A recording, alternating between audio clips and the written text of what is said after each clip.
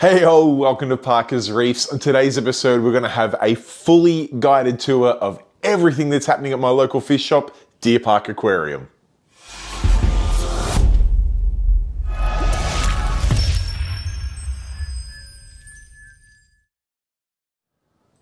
Alright guys, thank you for joining me on yet another episode of Parker's Reefs, and as touched on in the intro, today is the day where we're going to put a microphone on Dave and get him to take us through everything that's happening at Deer Park Aquarium, because this store has been open for almost 2 years now, and it is really good to get the opportunity to go through with the store owner and just see how things are progressing, and of course have a look at all of the incredible livestock that he has in this week, because Dave has gone mad again and ordered up a ridiculous number of deliveries, and each one of those deliveries had a ridiculous number of boxes. So I figured it was a fantastic opportunity to put a microphone on the man and see if we can leverage a little bit of that knowledge from him and get him to take us through all of the fish and coral, and of course everything that's happening in store, because it's always a really good perspective from Dave, and he's very good at articulating some of the care requirements of both these fish and corals. So without any further ado, let's roll the footage of Deer Park Aquarium. All right, Dave, it's been a while since we've visited you here at Deer Park Aquarium to get a proper in-depth tour of what's going on here. It's pretty sure it's coming up to about 2 years at this location. Not far off now. 2 years now, yep. Yeah. How are things progressing? Slowly, but we're getting there. Nice. Let's show you around. Yeah, let's do it. So at the front here, we have our aquascaping room, or a hardscape room. We've got some new stock coming in, so excuse the mess. But on the left-hand side here, we have everything freshwater. So we've got some different rocks, woods, sands, gravels, even the colourful stuff for people that want that. Yep. On the right-hand side is our saltwater side. It's a little bit empty at the moment, but we have our different media, different rocks, sands, everything you need for the scaping side of things. Beautiful. If we come back out here, we've got our frozen food freezer. We have our pod and phyto fridge. This is almost always full. We get fresh deliveries every Saturday at about 11 a.m, but we very rarely run out during the week. And these are locally produced right here in Melbourne. Locally produced in Melbourne. Tisby pods and nano phyto. And in the fridge they keep for 3-4 weeks. Out of the fridge you get 3-4 days out of them. So if we have a look here real quick, is our 2 small saltwater displays. Still a work in progress, long way to go, but we've got our SBS display. Just want to take the opportunity to grab the DSLR out and have a closer look at this tank, because Dave really undersells this. Whilst it is still a fairly young SBS tank, these pieces have got fantastic colour in there and really showing signs of the future. I also love the clownfish in there, because if you've got a good memory, these are actually my old clownfish from my first ever reef tank. So it's really cool to see them doing really well. You can see that Space Invader Pectinia there, and then this piece that I'll get a top-down view of. This red and purple grafted multi-cap looks an absolute treat. And our softy display. These are both running Cade aquariums, and we're running 2 extra caddies on here just for holding up the tank, but also cosmetics. Nice. Now there's something pretty special in this soft coral system here. This piece is not a run-of-the-mill coral? It's a mimic anemone, so like it mimics a 24 karat gold or a Hulk torch. Nice. I've almost killed it a number of times, but it's about the size of a golf ball now. Despite the clown shoving your face right in it. Clown's doing its head in, but that's all right. It has bubble-like tips to it. I've heard reports that it could be Magnifica. We just don't know. It's the 3rd one to our knowledge that's ever been collected, so very little known about them. But if you see it in person, that colour is just nuts. It's very bright, yeah. If we go through to our filtration room. All right, so this is our filtration room. We have our MAT skid here. Needs a bit of a clean, but it absolutely works. That skimmer there was cleaned last night before we went home, and it might not come up on camera, but there's a full bucket worth of skimmate in there. Yeah, I tell you what won't come up on camera is the smell when you empty it. As soon as you clean that, the whole shop stinks for about half an hour to an hour. It's ridiculous. Pulls out some absolutely rancid gunk. Works a treat. This system here, we can put in 700, 1,000 fish into the system and it doesn't blink. We don't see an ammonia spike, we don't see a nitrite spike. All we see is 3 to 5 days later, our nitrates and phosphates will start coming up, and then we'll just combat that separately. We do run a little bit of ozone through the skimmer there just to clarify the water a bit. And that's main purpose for me is to keep the clarity of the water up for the UVs. Okay. So we need to change the bulb on this one at the moment, so it's out. But as a proactive treatment for our fish, we like to run excessive amounts of UV. Not a single drop of water makes it to a tank before going through a UV. There's no bypass, it all goes through it. And we've done the math to ensure we're doing about 10 times the recommended dose for any parasite that's, or bacteria, fungus, whatever that can be killed by UV or sterilized by UV. Yep. We're 10 times that dose. So So you're not skirting on the edge of it. You're making sure we're making sure we are nuking everything theoretically, but we know how that works. It's not perfect, but theoretically, if we were to get white spot in a tank over here, Yep. we would have sterile white spot over here. So if you brought that fish, it would have white spot on it, but that white spot wouldn't be able to breed. Yep. It'll have one life cycle, drop off, and it'll be gone. So it's a way of disease control, water clarity. But yeah, if we do get an outbreak, we can control it quite easily. We'll still not sell fish and treat them accordingly with whatever medicines they need. Yep. But yeah, we get a lot of fish in and out here. So if we do get a problem over here, we sell a fish from over there before we realise we're not infecting people's tanks. Theoretically, with this amount of UV as well, a few weeks' time, whatever problems we have would become extinct just from the infertile populations going through the systems. I mean, that's important because the majority of your fish systems, on the marine side at least, are plumbed together to run through this beast of a filtration unit. So yeah, so about 2/3 of our fish system go through this, and that just allows us to control one main environment rather than many. Yeah. And then anytime we do get new fish, they go into specific tanks so that we are aware of where the new stock is versus the old stock. We can keep an eye on those fish a bit more carefully, feed them a bit better. And then, yeah, if we do get a disease or a parasite or something pop out, we can fix that accordingly as well. Perfect. Oh, it's working a treat. The sheer volume of fish we go through, it's the most practical method. I've tried so many different things, and for me, this is, it's an insurance policy. It works out really well. Nicely done. If we continue through this way, we have our plumbing wall. I try to keep it clean, but you know, people are like when they like to touch things, it's impossible, but we try to keep all the sanking plumbing on hand. It's hard to get, so it's just handy to have. I reckon I use most of it myself rather than sell it, but it's good to have. This cabinet's not much at the moment, so in the near future we have a lot more tanks coming through for our freshwater range, and that'll be all our CO2 gear and our freshwater supplements and things like that. Okay. Here we have, again, another work in progress, but our display tank wall for our freshwater. So we have some natural scapes, natural plants, rocks, woods, paludarium that I originally built for my daughter, but is now probably going to stay here. Then we have our artificial. So we have our plastic corals with our guppies, we have our plastic ornaments with our other fish. So just showcasing what some people can do. You can buy these tanks, or you can then buy the bits and pieces and make them yourself. Yeah, nice, nice. Along the back wall here. Yeah, what's the plans for the back wall here? I know last time we talked, you were getting viewers' opinions on what to go with the back wall. Where did you land? So, just to be realistic, a massive tank would be amazing, but showcasing more things rather than less things it makes more sense. So we're going to go a 4x2x2 high-end goldfish display. It's going to be nice and simple, but high-end. Yes. And the fish in that display will be for sale because they're going to be expensive fish. Sure. Then next we have your tank, and we'll pop in a freshwater hardscaped planted tank in there as well. This paludarium is now the one that's going to go home for my daughter. Okay. And this will be replaced with a concrete finish, soft coral and dwarf angel tank. Oh, nice. So lots of colour in the fish, not as much colour in the coral. Yep. I'm going to run a wave box in there so everything has a nice big sway to it as well. And then the last tank is going to be a mixed reef display tank.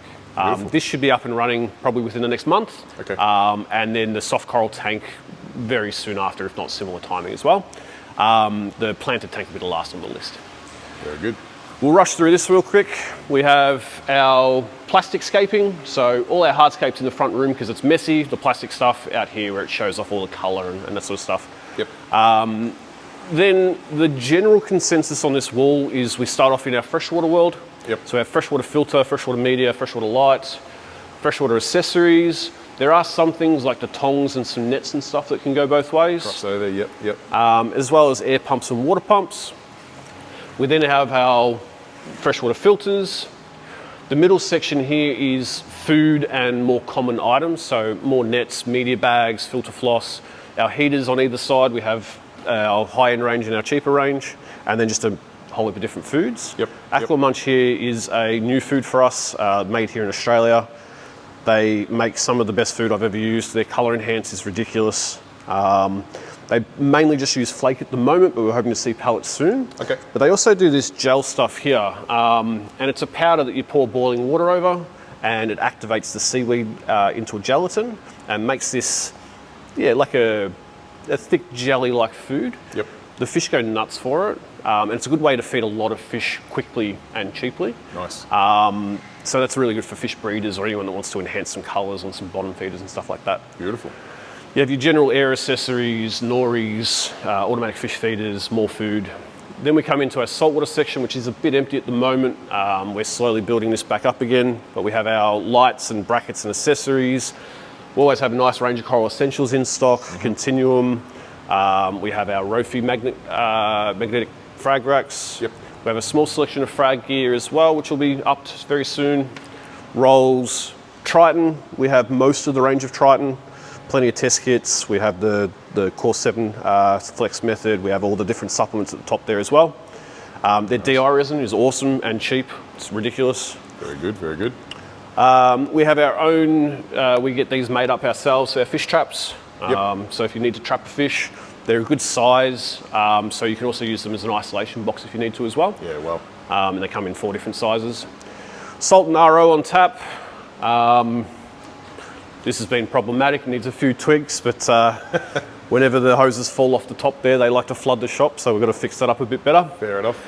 And then we just have foam boxes, come and take them all. We have hundreds, we need them gone. Free cardboard boxes so you can take your stuff home, and there's a little bit of a clearance table there as well. Nice, nice. What about this big beast in the middle here that you skirted around? This is yet another one of these custom cage builds. This is another custom cage tank. This will be installed in about a month's time. We're just going to get the plumbing, that's due in today or Monday. But yeah, custom sump, custom plumbing, custom scape. It's going to be a nice big install. And a custom configuration too. This is a 7-foot peninsula. This is a 7-foot peninsula. So it's just a little bit longer than standard. Yeah. And then you guys do some things where you do a different style of sump in here with a section for the UV down there. And so just like our big UVs in the shop, we're a big advocate of large, high-powered UV. Unfortunately, UV, you kind of get what you pay for, but you have to be careful with the math. Yes. And the UV that will go in here will double the required radiation to sterilise whatever goes through it to what we want to do. Yep. But they're big and ugly, so this allows us to hide it behind here. Yeah, I think it's actually laying in there now. It's got all the bulbs on top of it, but it fills that space up pretty big. Yep. And this is, again, 7 foot long, so it's a big system. it's a 3.5 foot long UV. Big system. Now, ironically, these cage systems, you started off doing one of these for a long-term customer, a custom 7-foot cage with different sort of configuration and stuff in it. Since then, you've had how many more customers go, I want one of them? Since that one a couple of months ago, there's been another 2 or 3, but we've done probably 12 throughout the last few years. Yeah. So go all out on these custom builds, which I love to see because it's always something that tickles my fancy when I come in here and see what sort of stuff people are working on. It's cool to see. It can just be it can be a lot of work, but it can be a lot of fun as well. You get a bit of artistic flair with it. Beautiful. Lastly, just down the middle here, we store our tanks. It's a little bit sparse at the moment, but we should have some more in soon. We have a lot of space, but we don't want to use all the space. We want to keep it open and clean and inviting. Yes. So we don't want to fill this area up. You want to be able to move around it, but down the gutsy is where all our tanks go. And we have our salt and our components at the front there. Yep, perfect. All right, if we come through here, this is our wet room, so our livestock room. To the right-hand side of the store is all freshwater. We have a cold water section here, so all our cold water fish are on one wall, makes it nice and easy. Africans and larger fish on the back wall, and then small community fish on the side wall. And at the moment, plants down the middle. Now, we are about 2 to 4 weeks off taking this tank out and replacing it with islands that'll be very similar to our coral tank layout, it's the same footprint. Okay. But instead of being big open coral tanks, each island will have 32 30-litre tanks on it. Oh, wow. So that triples the amount of physical tanks we have in store for freshwater and opens us up to this wall being medium to large fish, cichlids, that sort of stuff, with our smaller fish down the middle. Okay. And we'll have 4 4-foot plant tanks and then 2 paludariums at the end. So heaps of changes on the horizon. Big changes on the freshwater side, definitely. Saltwater side is basically done. We need to do some tidying, but you can see the fish system around the outside, inverts on the end, and then corals down the middle. And if you like, we'll go through some coral. Yeah, show us what you've got.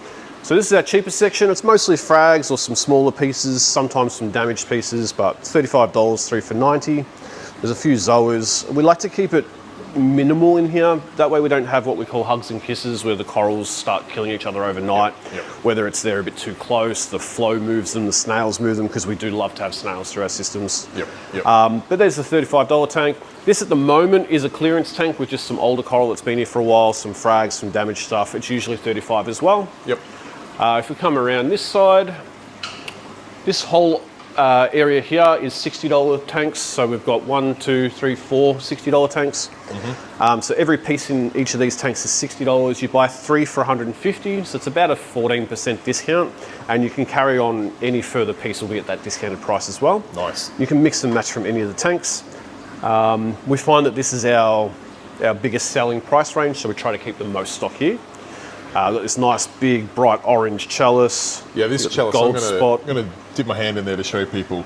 This chalice, It's bigger than a slice of bread. that's not a small frag tile. That's Yeah. a big frag tile that I think it was $60 when it was a piece on that tile. It was one of our mother colonies for a while, so And now it's well and truly outgrown that, and it's still $60. So gold chalice, cheap.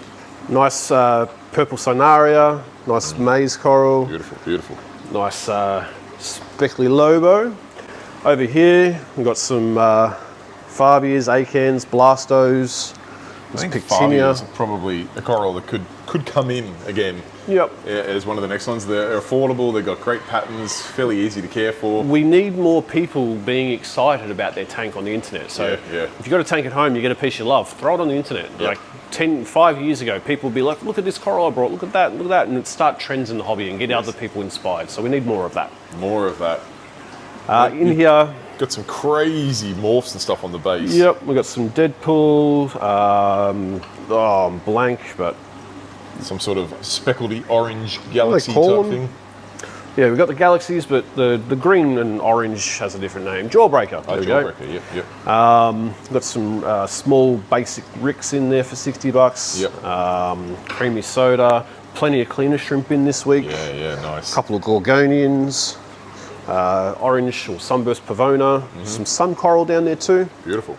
And just before Dave carries on to the next tank, I thought we'd have a closer look at some of these morphs, because things like those Deadpools there, you really need to see them up close to get an appreciation for them. And you see those gorgeous orange galaxy or whatever they were called morphs there with the orange spots, look an absolute treat as well. And some of these Rhodactis that have the maroon body but the green growth ring looks really, really cool. And then of course you've got no shortage of cleaner shrimp in there, which have been very, very popular of late. If we go over to this side, we have plenty of cheaper torches, cheaper gonnies, a couple of alveos. We have some bubble and a heap of hammers. There's actually orange and you've canary down there. Bright pieces in there, and again, this is the $60 tank. These are the cheaper ones. Big gonies, to be fair, pretty big torch too. Yeah, maybe not 24 karat golds, but still some nice bright tips on them and some good froggies, We've hammers. got some nice WA froggies there. Yeah, and as you say, a couple of very nice coloured hammers in there at $60 price point. And again, I thought I'd take the opportunity to jump into this tank with the DSLR to get a good close look at these torch, remembering they're $60 Australian each, and they're a good size too. But one of the things I really want to show you is this piece here, which I think is listed as a goni, but it's got a very, very different little polyp on it. You see a traditional style goni behind it there with a much longer extension. And then you've got some other variations there. There's another one here that has a very fine little polyp on it there, which is interesting as well. And then when we go down onto the base, you get a closer look at those hammers that Dave was talking about, particularly that nice canary and that nice little gold. Again, $60 Australian for those, very, very nicely priced. Then you've got some larger, less colourful pieces, but equally nice frog spawns there that are also bright and a good size as well. So lots to offer in this system, in my opinion. Over here we have some leathers, you've got some cookies and cream, some more gonnies that have just come in, some chalice, the ruffled skin down there. Yes, yep. Miralina up top there, a couple of frags and other bits. Very nice. As you go down this way, basically as you go through, the shop gets more expensive. Yep. So this is our 120 side, so these 2 tanks are 120 each. You buy 3 for 300, or again, any additional pieces at that discount. You have some nicer and slightly larger torch. There's some larger gonnies. There's some higher end hammers that are smaller. You bet there is. Look at the Model this one at the Canary. end here. That one, the model on it is, it's like a purple pizza slice in it. Crazy nice. And then some massive hammers down the bottom there. Yeah, these are big pieces for 120 bucks. Really good size, good colours. Look at some of the colours on golds, reverses, nice greens. Beautiful. Over Even here. this marble, this sort of yellowy marble there, very nice piece. And by now you're probably getting the drill of things. We're going to have a look at this tank from the top down, starting with that torch there that had a very green centre, onto a nice wild collected goni here, and likewise to the tank before.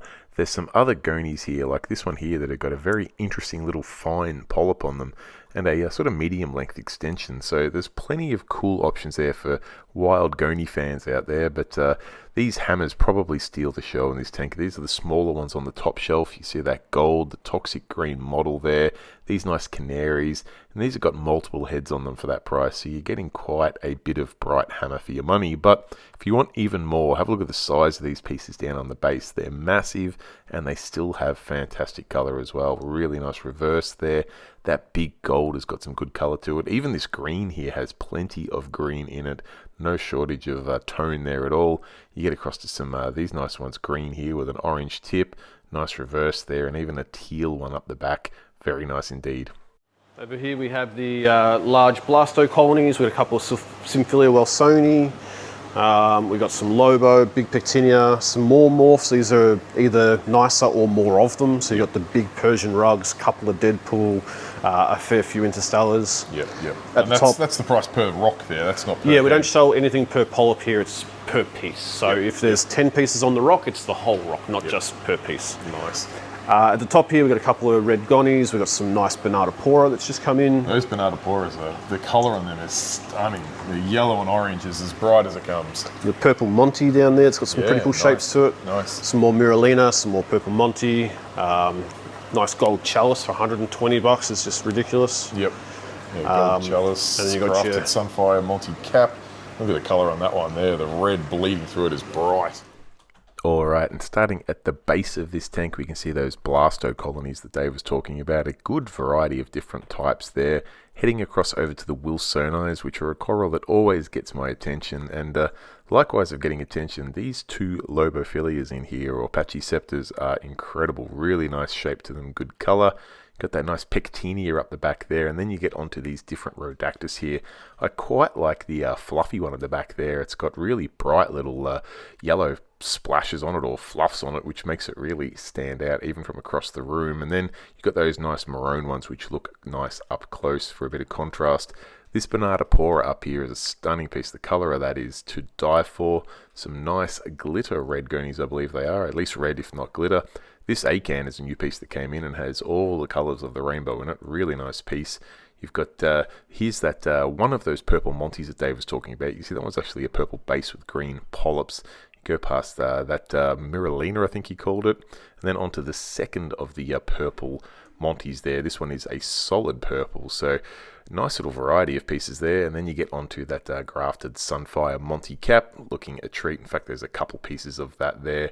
And then you've got that lovely gold chalice right up the back of the tank. Over this side is the Acro side. Now we haven't had our Acro shipment yet. It's either due in tonight or Monday. We're not sure just yet. Okay, it's going to go in this system here that you've cleared out space for, and you've still got all these beautiful SPS over here. Yep, it's probably a system and a half worth, so we'll have to squeeze it in pretty tight, but we do have some Acro left, and it's all colouring up quite nicely. Yeah, definitely. You've got some nice red tables, you've got the Stylo and the Pokey, you've got the Monties. It's light, but it's not too short. Lovely. A couple of really big elegance corals that if the Acro comes tonight, we are going to have to move and find somewhere else for. Yeah, they will tickle the Acro up nicely, but that's a beautiful elegance. Really nice extension on it. great colours. Almost looks like a Magnifica anemone. It's stunning. And if we come around to our most expensive side, so we have our $200 tank. Okay. So these are your more premium hammers, your golden frog spawns. They have a million different names around now. This frog spawn's actually mottled, which I haven't seen before. That's beautiful. We have a couple of really nice tracky, bigger piece of Bernard. We've got the Glittergony, you've got the Desh, some rainbow or red Wilsoni, some Scully and Sinaria. Lovely. Some of the stems on these hammers are pretty special. Yeah, like this purple here has got yellow stems on it. Not gold, but yellow. And you can bet that we're going to get the DSLR in this tank, because have a look at the stems on that hammer. The tips themselves probably aren't the brightest, but the stems are sensational. And then you've got some other hammers along the top here that are quite difficult to get the camera into. But what I really want to show is not so much this frog spawn, but the gold frog spawns and the variations of them. Not that there's anything wrong with the reverse frog spawn, but have a look at this gold one here. That's got little blue bits in there as well, really just showcasing the colour. And I'm just trying to get the camera to focus on them whilst the camera is probably about 2 centimeters from the coral, and you can see a couple of those nice gold and blue ones there. Have a look at this little one though. This is almost a green and gold once the clownfish gets out of the way. Has a couple of rogue purple stems on it as well. Crazy coloration on it. And we pan up here, we can see a nice, this one's a little bit of a pine lime torch going on there. It's kind of not sure if it's green or gold. And then some more of these very bright gold frog spawns. Stunning pieces in, really nice to see. Now, we'll have a look on the bottom and get the camera to focus in on these Trachyphilias here. You can see that solid green, the sort of paddle pop one there, and the striped piece. Got a nice Glittergony there. You got some Deshi, some more of that nice Bernardipora. You got these nice rainbow Wilsonis that Dave was just talking about. We come across to see some nice Scollies there, from the bleeding apples to the oranges to the war paints there, and then you move across onto the red Cinarias that always have a pretty special place in my heart. And then our most expensive tank, and this is just the miscellaneous tank, so we have some higher end torches, we have again some bigger and higher end froggies and hammers. You got the rainbow tracky, you got the gold rainbow chalice, some big multicolored acans, a couple of really big ricks, like the gold ricks that we have are hand sized. Yeah, absolutely. Big pieces and really nice stuff there. Semicora. This frog spawn here. Mottled frog spawn with toxic green nice. stems. Yeah. It's beautiful. Really nice colours. And those torches, beautiful pieces as well. And here we are, the final coral system before we get onto the fish. And I got to say, have a look at the colour in these torch. You can see why these are the high-end torch in the store. There's another good sized, in fact, a very large sized piece of that beautiful gold frog spawn there. And another one of these toxic models. Have a look at that. That's a very special piece. Very bright. And the green's got little bits of yellow, or at least light green on there, as well as a bit of a purple mottle. Now there's some nice hammers in here as well. You can see a nice little sea of gold pieces there. But the one I really want to show you is over here. This green with gold tip on it is a absolute showpiece hammer that I cannot believe has been in store for literal months now. It's a piece that I'm getting very tempted to bring home to my very own dream reef tank, because it is a showpiece hammer. Now, down on the base of this tank, the good times keep going. You can see that beautiful Trachyphilia with its feeding sweep is currently out. You've got that nice teal, red and purple piece there as well. Coming over here, this acan is a big piece, and have a look how bright the colours are on it. Then you've got this teal one here with rainbow, well, centres, I guess. Gorgeous piece. You've got some more hammers down here at various price points. But then over in the corner, we've got these nice Recordias, starting with that rock that has a heap on it. Then you've got that big, beautiful gold one hiding in the corner there, which is a very large piece indeed. And even this nice peach-coloured one as well. And yeah, we'll go have a look at the fish. Great. All right, let's see. I can see these first tanks bristling with life. What do we got? So at the top here, you've got plenty of nice, large, captive bred Ocellaris clowns. Nice. And they, as you say, for a captive bred, they are a pretty decent size. They're a really good size. All good to go. Still, you would classify those all as males? Yeah, I still wouldn't go for the biggest one in the tank if you're worried about a female, just in case, but the rest of them are all boys, and they're all siblings, nice. So if you want a harem, good way to do that as well. Yeah, excellent. And what about the Anthias you've got in there? They've got some nice Aussie Dispars. Beautiful. One of the easier Anthias to keep in a group, but again, with Anthia, bigger the group, the safer it is. As soon as one goes into hiding because it feels threatened, that's it. They just start dwindling off bit by bit. Okay, yep. So bigger numbers. Bigger the number, the more success you're going to have with it. But these guys, you find Aussie dispars likely to adapt into aquarium life. One of the easier ants to keep, definitely. Yeah, nice, nice. Also, you've got some bicolours in there. A few little coral sea bicolour blennies, so they're a little bit bigger than the traditional imported guys. Yes. And there's a bit more of a fork to the tail. Yep, yep. There's a little coral beauty in there as well. Definitely looking a treat. Down the bottom here, we've got a few imports. You've got the powder blue tang, powder grey.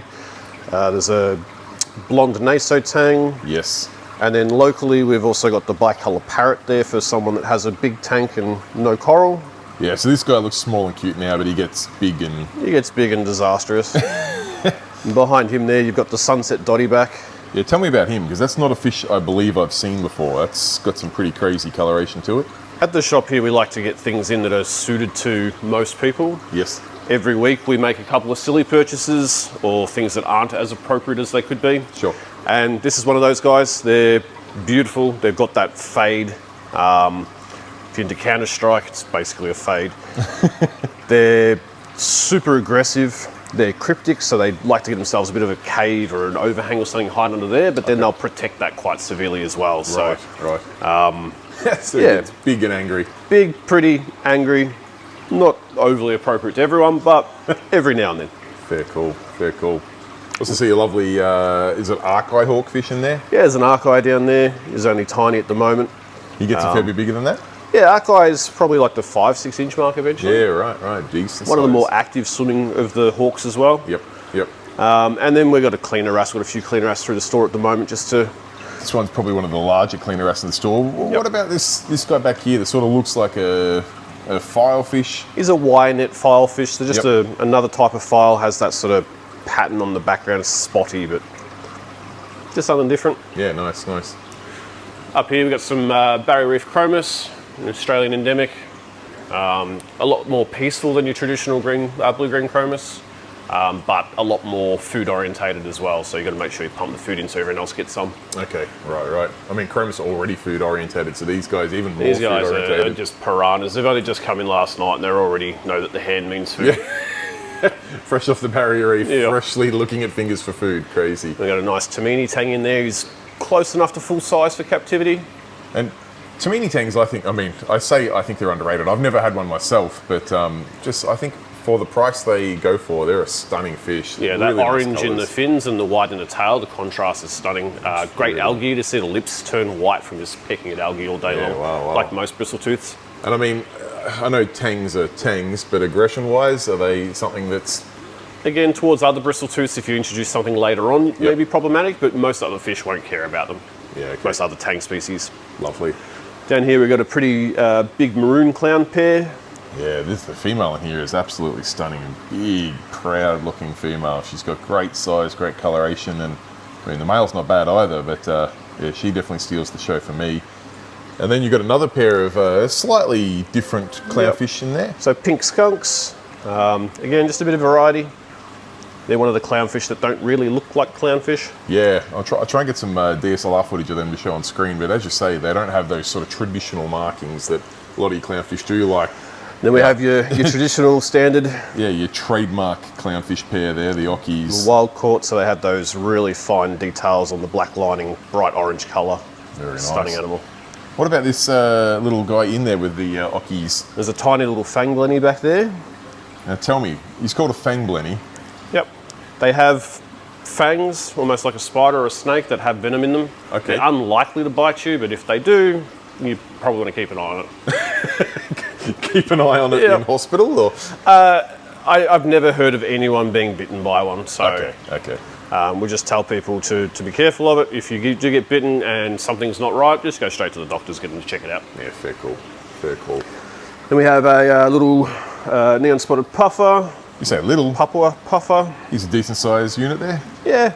When they want to get some speed up, they open the tail up and it's like bright orange with neon blue spots.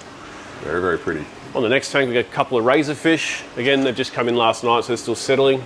You say razorfish, I thought these were like little mahi-mahis or something. Yeah, crazy Belugas. shape to them. Yep. Now, I assume these guys get big by looking at the shape of them, or? Not super big, like they'd probably double that, so Okay. 6 to 10 inches kind of thing. Yes. But they're just different. And what's their tendency like? Are they coral eaters? Are they They aggressive? can nip at some coral. It's not super common in captivity, but they can. Yep. I wouldn't consider them overly aggressive except to other larger wrasse. They can be a Okay. little bit territorial. Right. And they can be quite jumpy as well. So from wrasse family or completely? They're in they're classified under the wrasse group, but Yep. they're in their own group of fish Yeah, as well. okay, yeah. So loosely related. Yeah. Then we've got a nice fat Australian convict tang. Yeah, he's got great size to him and a massive, massive yellowtail wrasse in there as well. That guy's huge and he's just adapting into this tank with He's still those. sucking. Yeah, he's like, you got me in with a couple of razorfish here. Wrasse He's always take 3 or 4 days to settle into the new tank, so Yep. pretty normal. Down here we got a little Valentini puffer and a nice tiny juvenile harlequin tusk. Yeah, he is tiny, isn't he? I like how they start off completely sort of brown and white, and then they get all that red and blue as they get older. Yeah, they're a fish that when they're really juvenile, they're almost like they're devoid of colour. They're almost, black and white, brown and white, and then They start off looking very close to a possum wrasse, and then Yeah, they just yeah. explode. mature into one of the most colourful fish in Yep. the ocean. It's crazy. You got blue bones throughout as well, so something a bit unique to them. Yeah, right. Is that when you see the sort of the blue tinge on their teeth? Yeah, so the teeth sort are of blue, flows and the entire bone is blue as well. Interesting. We got plenty of old glory gobies in this week.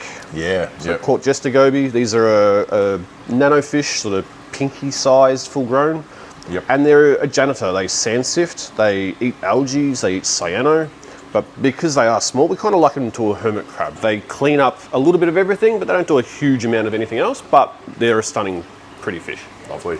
And they're a fish that you guys, I mean, they're almost a trademark of Deer Park Aquarium. You guys have had them for a long time, recommend them to a lot of aquariums. Yeah, Very they're hard suitable. to get, but when they come in, we get good batches. They suit pretty much every tank out there. So they're not aggressive. They can go in small Yep. tanks, in big tanks. They actually do a little bit of clean-up work as well. They do some They're sand pretty- sifting without that fear of starving to death, because they'll eat a number of different things. And they're also what I would consider in today's day and age super cheap for Yeah, a fish that they're- comes with that many colours. They're a well-priced marine fish, definitely.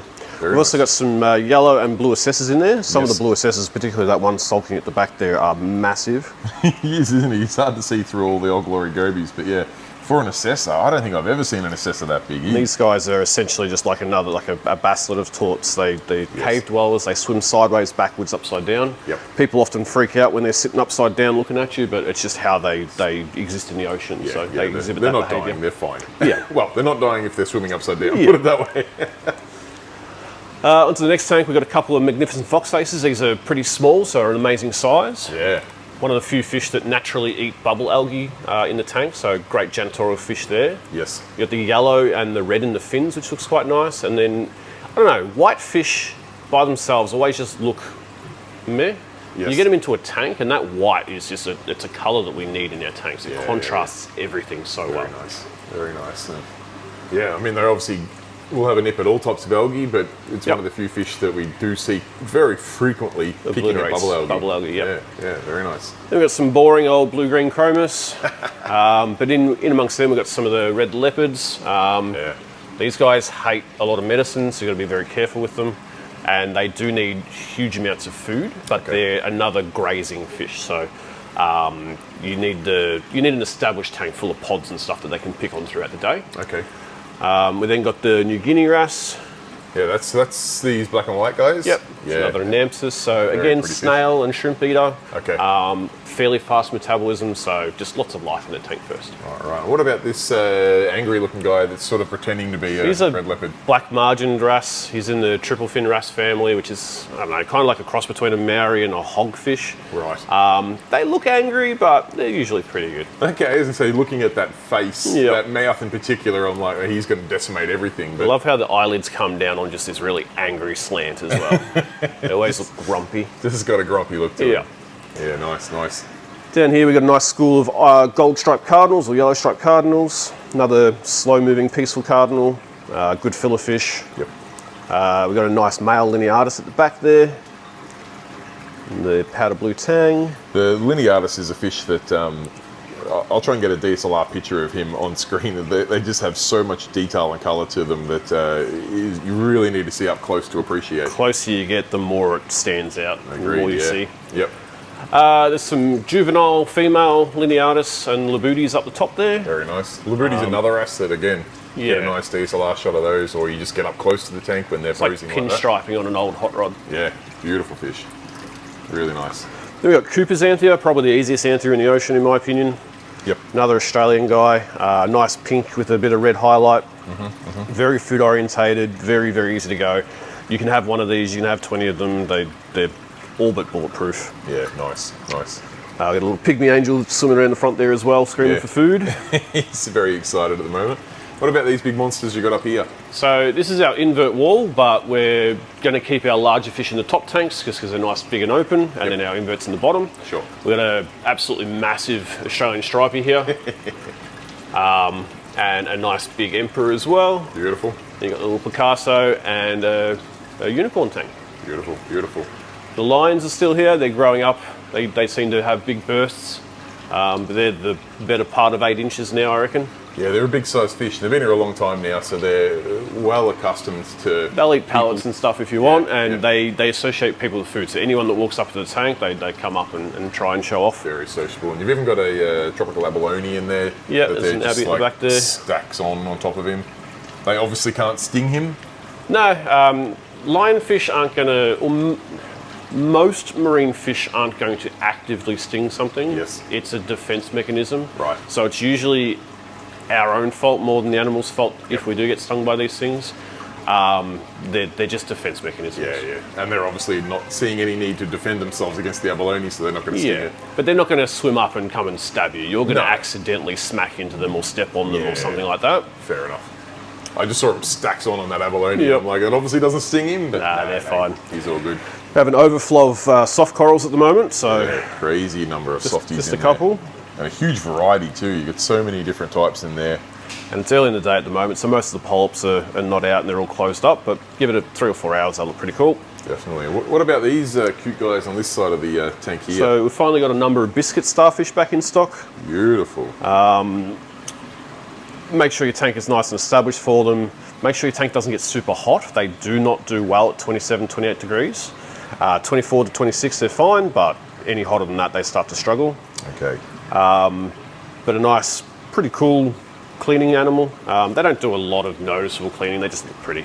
No, they're not going to clean like if you've got problem algae or anything. They eat a biofilm that we don't really see that's just mixed in with everything else. So just an ornamental one. You did mention they don't like the tank getting too hot, but I am under the impression there's a couple of variants of these, and there's one that's a cold water variant that doesn't even like a 25 degree temperature. Like a lot of fish, they're found in a lot of different areas. Yep. These are collected fairly far north on the Western Australian coast. Okay. So they are collected in 22 to 24 degree water. Yes. But they're found more so in colder water than warm water. Right. So you do want to get them where they've been accustomed naturally to warmer water. Acclimated up to warm temps. Because if you get them from 16 degree water, you throw them in 26, they're probably not going to do so shock. well. Yep. But they do stop existing once the water gets 26, 27 degrees out in the wild. Actually, it's the word stop existing. And we've found out over time that if we do have a bit of a spike in summer, people often lose them during that spike if they're not running a chiller or keeping an eye on their temperatures. We do recommend about 24 degrees, that way you've got a little bit of a buffer there to make sure it's safe. Perfect, good to know. We've also got a couple of collector urchins, big blue stars, and there is a feathered, or 2 feathered stars at the back there. Yeah, just hanging on to that clam at the back there. Pretty animal, but most people don't have the means to keep them in captivity, unfortunately. They're not wave maker safe, and they do like to go for a swim. So. Okay. And what about feeding wise? They're a big filter feeder, I'm assuming? Yeah, 10 years ago we'd say we couldn't feed them. Now most people are using Fido and other foods in their tanks, so they're relatively easy to keep alive, provided they don't go through a wave maker. Yeah. But because they do have that tendency to go for a bit of a swim every now and then, kind of jellyfish-like, they're not one that we usually carry. Fair enough, fair enough. We've got our monster clown trigger up the top here. Yeah, this little guy here, just looking for a nano to call home. Anytime you see someone new walk in the shop, you'll try and get out the tank to say hello. Yeah, I did hear him before when we were talking about, I'm not sure, the Anthea's over there. I could hear him just breaching the surface and trying to get attention. He gets past his gills out of the water now, but I think he's working on that strength to try and get all the way up. Get him He's a nice puppy dog now. He doesn't bite or anything. He likes a bit of a scratch. You look like he was going to bite to me. Nah, he's all right. He's just like, where's the food? Yeah. He does love a bit of attention. Got some small red stars for some smaller tanks. Again, though, with starfish, make sure your tank's nice and established. We don't want to put them into a sterile, clean tank. Yep. They're not something we can supplement feed. We need that food to be naturally growing in the aquarium. Okay. We've got some morph overflow and then some green bubble tips. Most of these are orange tipped and some good sizes to them. You've got the gold nugget clown there. Yeah, pretty. And you've got a little barrier reef. Little barrier reef pair in that side. Calling that bubble tip home. We've got a couple of brittle stars, if you can see them. Oh, yeah. And a nice big trocus. Those trocus are pretty huge. Yeah, they're some of the, I was going to say some of the biggest trocus I've seen. I probably have seen a couple bigger than that, but for ones that are available at a shop, that's about as big as they get. And they still run at your standard price? We're still doing them at the same price, so $5 each. $5 Australian for a trocus you could eat for a meal. Down here we have some banana wrasse. There's a couple of pyramid butterflies. There's the nice big Australian clown tang. And again, just a lot of these tangs, the reason I say Australian is a lot of the imports are just, they're skin and bone when they come in. They don't travel very well. They don't look as nice. The Aussie fish are fatter, more colourful. They settle in better. They feed straight away. They're just much healthier fish. Yeah, nice. Up the top here we have another sort of... I was going to say, speaking of Australian fish here? Yep, another Australian fish. I think they've recently been classified. I still call them a golden anthea because they were just called that for a while. Yes. I don't know if they've renamed that. I think they might have, but I'm calling them a golden anthea. They're kind of like a cross between a lorry with a golden head. Yeah, they're a stunning fish, and I do have some DSLR footage of these that I will put on screen. Just look at them schooling together there beautifully. And these are a deep water anthea, Yes. so they're actually really good at feeding. They've never really had that bigger competition issue, so when we put food in there, they feed straight away. Nice. They're again probably one of the easiest anthea there is, but because they are a deep water anthea, and I think they come from Holmes Reef out in the Coral Sea, they are worth quite a lot more. Yeah, they come at a decent price. I mean, for a fish that you really probably want, even in a smallish tank, you want at least half a dozen of them, but probably more, a dozen to 2 dozen of them. And it adds up quick. Screen here, they do run at a cost, so they're a higher end fish, but man, they are pretty. They're stunning, but the good thing about them is, even though they are expensive, they are at least easier to keep. Yeah. So at least, as you say, some of the expensive antheas are... Hope you have some ventralis in a week or two, and they're expensive and hard to keep. Yeah, so very, very difficult. And then you've got just keeping those antheas well schooled together. You've got a nice mimic in there. Got the nice mimic tang, the eagle eye mimic tang. He's gone all dark while he's trying to show off to those antheas. He thinks he's in trouble now that we're standing there. And then we've got the little cooter eye wrasse there as well. Yeah, this guy's pretty cute. I do like I was calling him a pink leopard. That's another name for him. Pink leopard's the common name. Yep. Cooter eye, if that's how you pronounce it, is the Latin name. Yes. And it's in the ear muff variety of leopard wrasses. Yep. So there's a few different types of leopard wrasse. This one's the ear muff type, but there is an actual ear muff wrasse. Yep. If we move on, we've got a Mora Scheidel here. He's again only just come in, so he has no real streamer at the moment, but that'll grow. It's already grown 2 or 3 mil overnight. He's already got a little bit hanging off the end there, but... It'll grow about 1 centimetre every 24 hours. Beautiful. And that's a sacrificial streamer, so if someone goes to bite it, it can just drop that streamer and move on. Yeah, right, just like our lizards here. He's got a tail he can drop, and it's not the end of the world, even if it gets... I mean, I have seen them get like... you see them hanging off a wave maker and stuff, but it's not... It just breaks off, they grow up back. Okay. I've seen them grow 1 inch in a day before, but 1 centimetre a day is pretty common. Yeah, and again, Aussie fish, so it's got some colour, it's not super skinny. It's already eating frozen food. It's been in here for less than 24 hours. Oh, wow. Yeah, he looks great. He's got fantastic colour, good size. As you say, he's not skinny at all. We've got the Scots wrasse up the top there, another jumpy turd of a fish, but... Have beautiful colour to them, but I must admit, every time you get them in store here, they're always trying to jump out of the tanks. They startle easy. It's a fish you definitely have to have a jump guard with.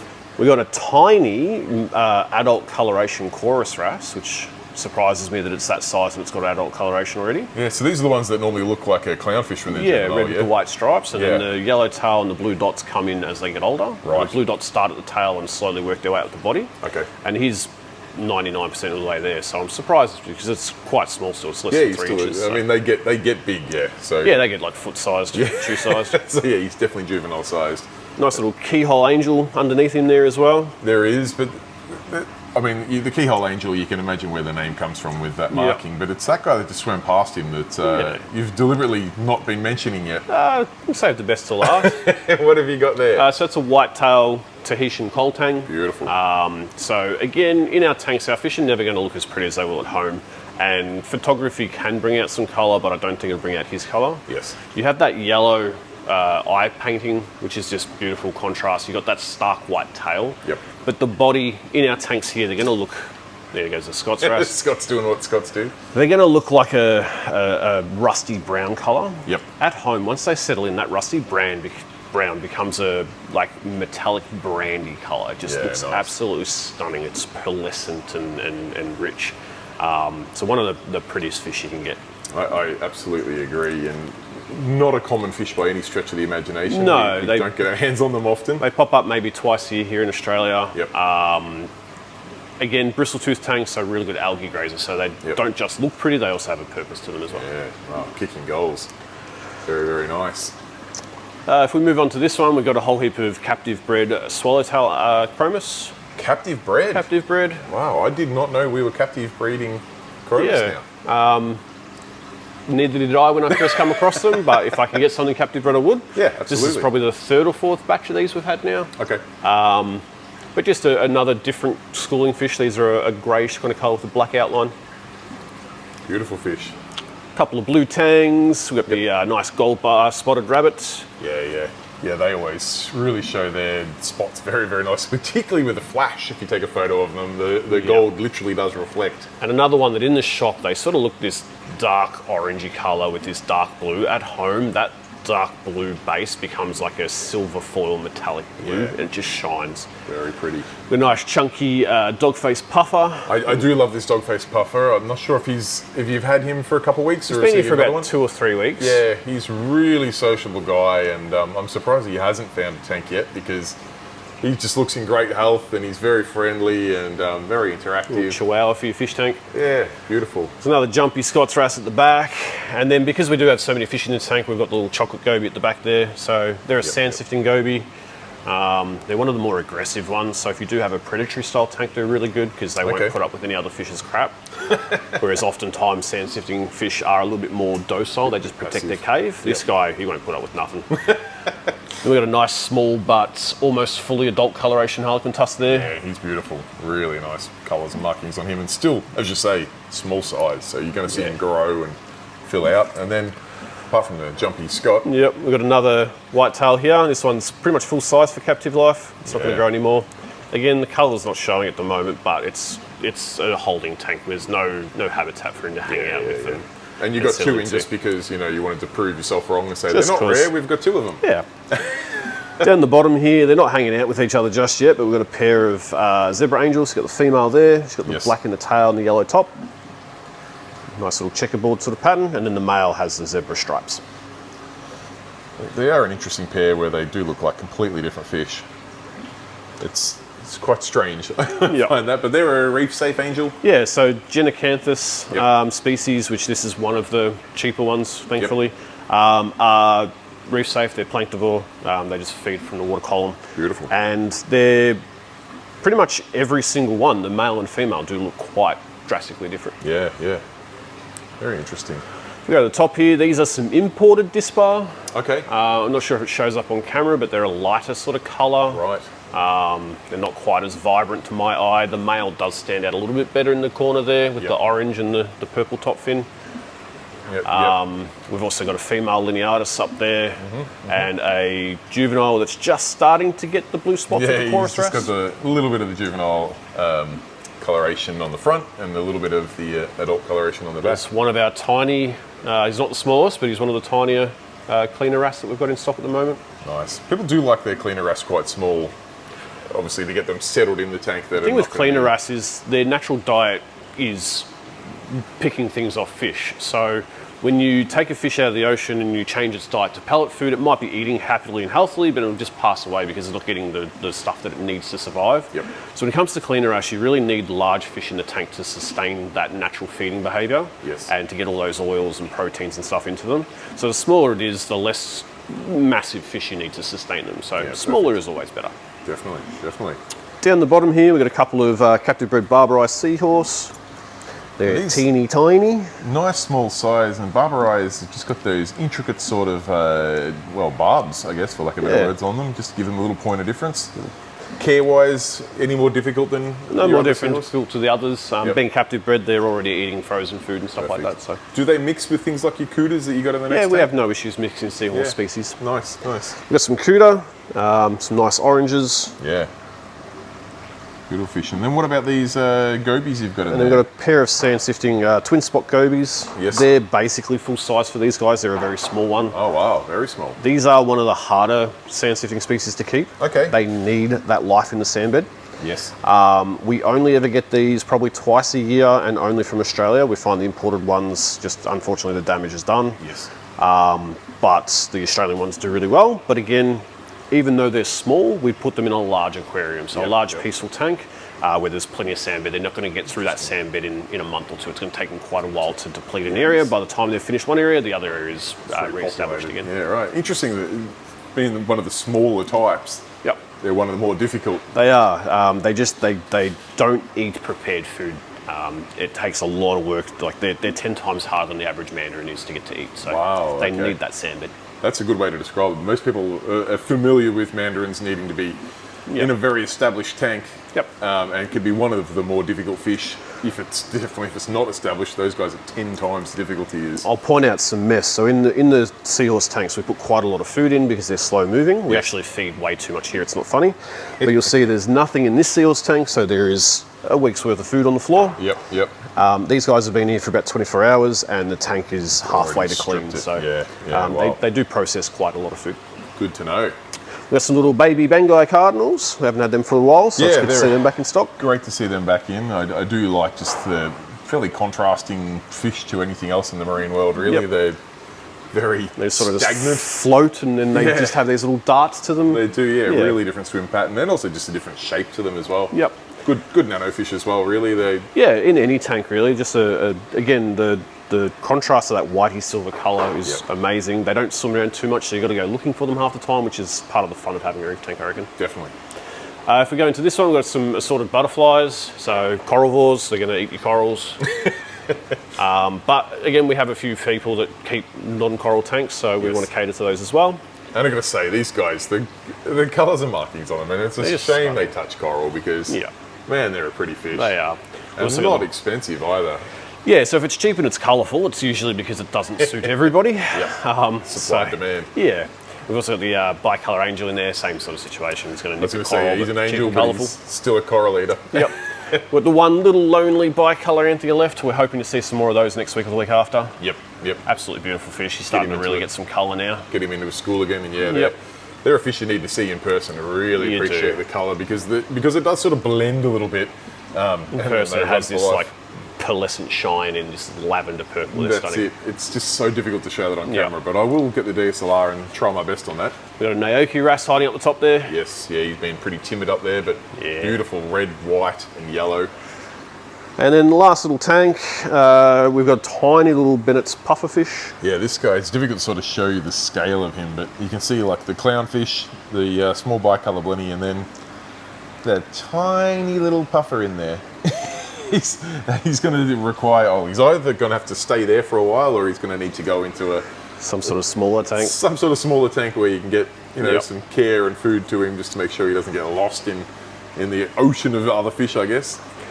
And that's basically it. We've got some black belt chromis and another pair of barrier reef clowns and Yep. a few extra bicolour blennies, but that's about all. Very, very nice. You've still got your longfin clowns? Yeah, we've sold a pair of longfins, but we've got the stunning Midnight and the Lightning Mistbar. Beautiful. They're both longfins. They're settled in. I can pick them up if I want. Yeah, they're super friendly, these ones. This pair, ironically, this pair didn't come in as a pair. No, I was. Yes, instantly formed a bond. Yeah. The Lightning came in second. It was in the other side. It jumped up, and they haven't been apart since. Yeah, they're always by each other's side. And then you've got another pair that did come in as a pair that, So I've got my nice percular pair has decided that they just won't get along. So we've got this nice girl here, yep, You say nice, she's nice in appearance. She bites. Yeah, she's a little bit aggressive. She likes to rip your arm hairs out. And then her previous partner, who I'm pretty confident's become a girl itself now. Yep.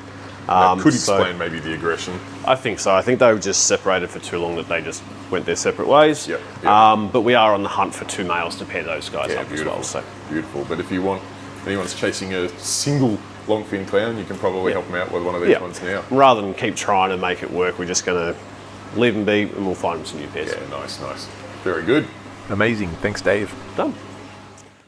All right, guys, there you have it. That was the fully guided tour of Deer Park Aquarium with Dave, who was very, very generous with his time. He has had a massive week, as you can imagine, getting all of those deliveries in, finding space in store and getting the shop to look as perfect as it possibly can be for this weekend's trade. And yet he still found this much time to take me through and us through with the camera and microphone to share some of that knowledge with us. So a very big shout out to Dave at Deer Park Aquarium for making the video possible. And likewise, a massive shout out to these names on screen here. These are my channel members who chip in a couple of dollars each and every month to make videos like this one possible. And for that, you get my most sincere thank you very much. So the number of people on this list is getting bigger and bigger every week, and I really do appreciate all of your support. Now, if you do want to support the channel, but you don't have a couple of dollars a month to spare, fear not. You can support by hitting the subscribe button in the bottom corner down there. That takes 2 seconds of your time, does not cost a cent today, tomorrow, or in the future.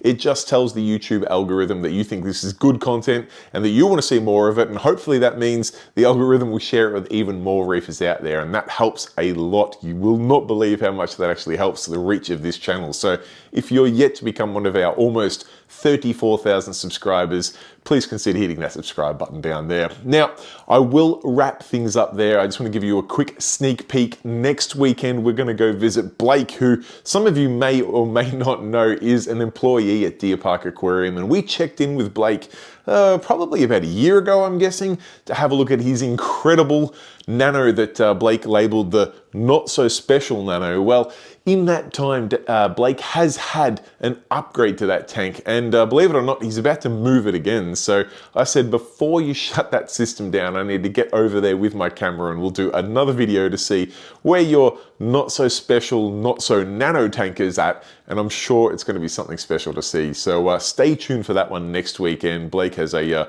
really enthusiastic approach to reefing, so I'm really keen to see this tank and share it with all of you guys right here on Parker's Reef. Now, I have nothing else to say other than if you have any questions, comments, feedback, anything at all, pop it in the comment section down below. I do personally reply to each and every comment there, so it is the best way to get hold of me.